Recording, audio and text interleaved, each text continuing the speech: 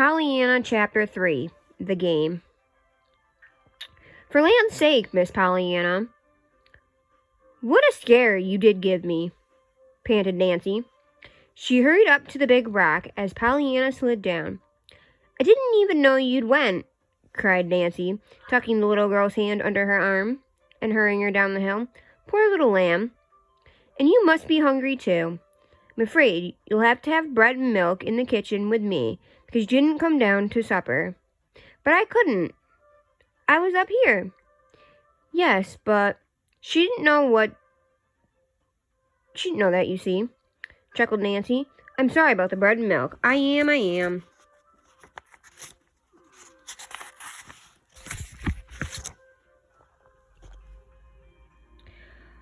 Oh, I'm not. I'm glad. Glad why? Why? I like bread and milk. And I like to eat with you. I don't see any trouble about being glad about that. You don't seem to see any trouble being glad about everything, replied Nancy. Pollyanna laughed softly. Well, that's the game, you know, anyways. The game? Yes. The just being glad game.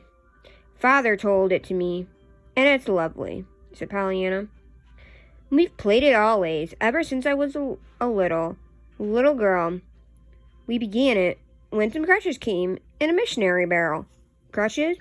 Yes. You see, I wanted a doll. But when the barrel came, the lady wrote that no doll came in, just the little crutches. So she sent 'em along. The game was to find something about everything to be glad about, no matter what, said Pollyanna.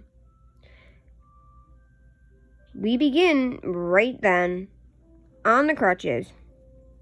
Well, goodness me, I can't see anything to be glad about getting a pair of crutches when you wanted a doll.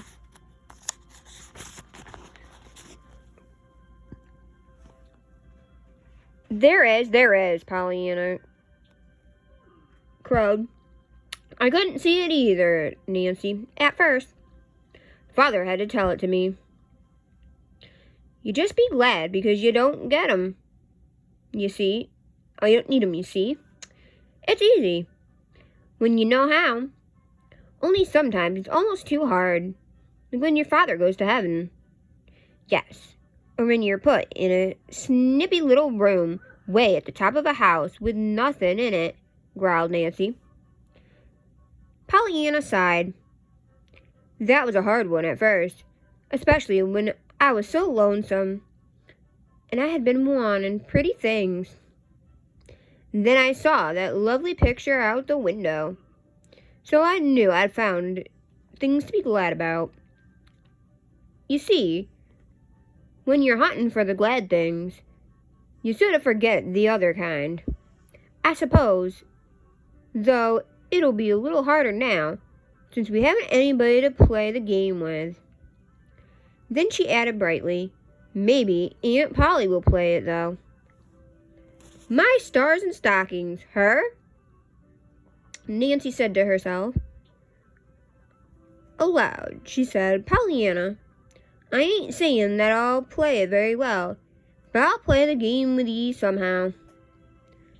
I just will, I will. Oh, Nancy, cried Pollyanna, giving her a hug. That'll be splendid. We'll have such fun.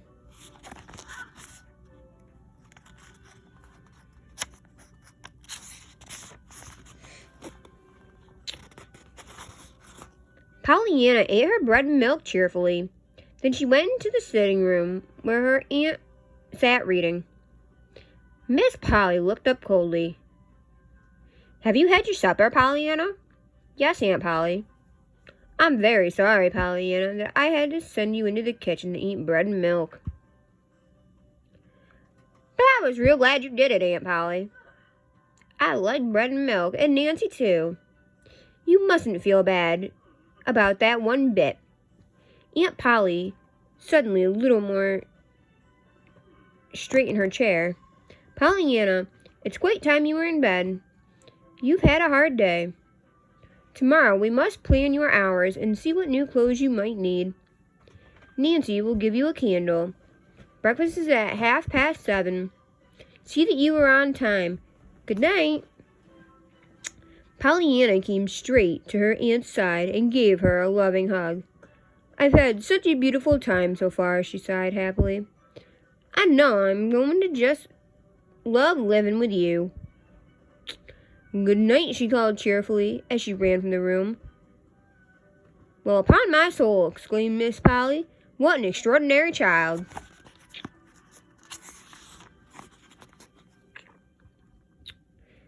"15 minutes later, in the attic room, a lonely little girl sobbed into the tightly clutched sheets.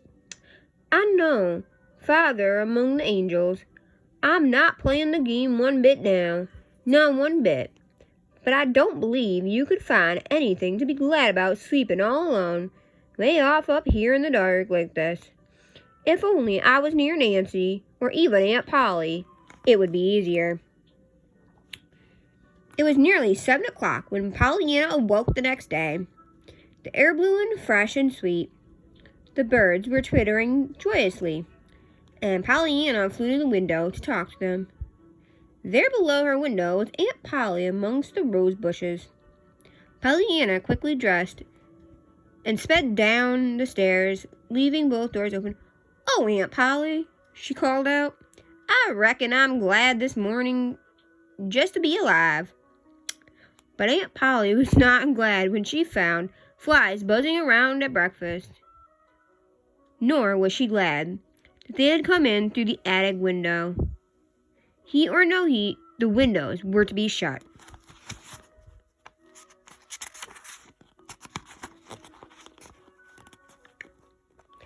Pollyanna, patched and worn-out clothes, were also a disappointment.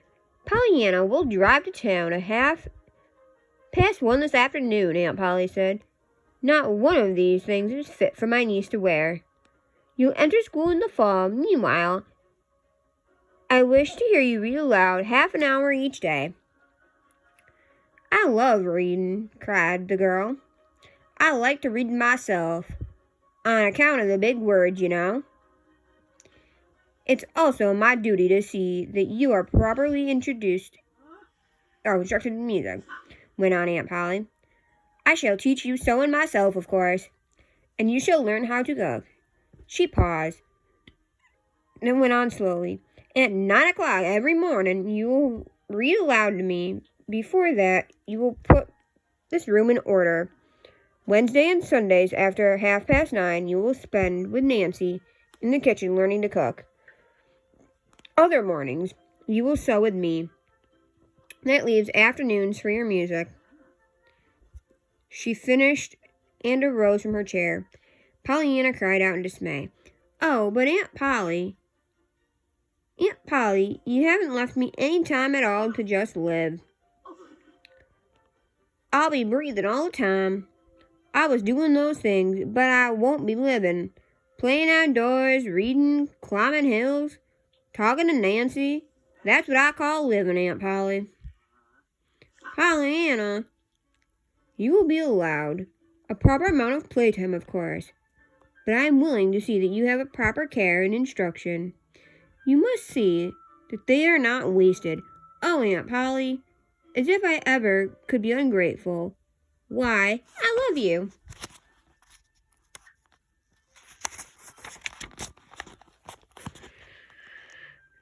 "Yes, well, I will do my duty by you and Miss Polly." She turned toward the door. Indeed, Miss Polly did do her duty by her in many respects. She did take to her town for new church dresses and school clothes. She did sign her up for school in the fall. She fed her promptly 3 times a day and allowed for playtime. What Miss Polly did not offer was her heart. Could not offer, Pollyanna found in other ways. With Nancy, she played the glad game and talked about her father. With the family gardener, old Tom, she talked of her mother. He would sit and tell her all he remembered about Miss Jeanie. and in the birds and the flowers and the outdoors. She found comfort. When Miss Polly found the little girl sleeping out under the stars on the flat roof of the sunroom, she finally did her duty and moved her out of the hot attic room. Pollyanna was moved to the room below, and she was delighted to find it also had a lovely picture window.